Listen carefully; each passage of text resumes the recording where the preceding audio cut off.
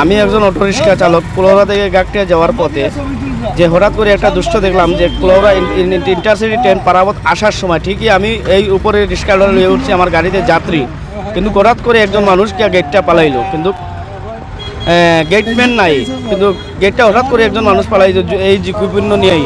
2 মিনিটে আমি আমার এই মানুষকে নিয়ে আমি এই ঝুঁকিপূর্ণতে পড়ে যেতাম। দেখতাম ট্রেনটা না দেখতাম তাহলে তো আমি যাত্রী নিয়েই আমি ট্রেনের নিচে পড়ে যেতাম।